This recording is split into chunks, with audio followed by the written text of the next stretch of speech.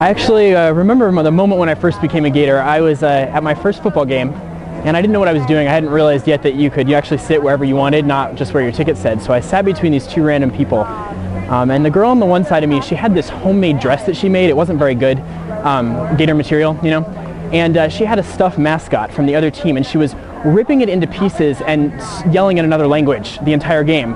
And the kid on the other side of me, actually, he had this gator head on his head, and he was screaming like a maniac. And the first thing I thought was like, wow, these people are crazy. And then at halftime, I sat down and started talking to them, and it turned out that she actually was a senior, and she spoke 4 languages fluently. One of them was ancient Latin, and she'd written an article for the New York Times, and she was going to get a job with the New York Times when she graduated. And the kid on the other side of me, he actually was in microbiology, and he'd worked on plasmidic inhibitors, which I guess are somehow involved in AIDS treatment.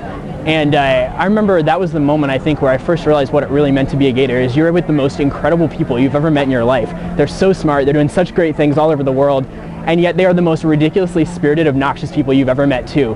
And so I guess being part of the Gator Nation, it's something that hits everyone at a different place. You know, some people get it when they're, I don't know, at a football game. Some people get it when you watch your best friend playing in the jazz band, or you go to watch a play.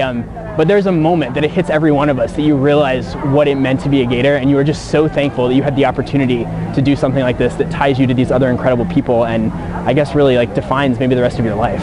So.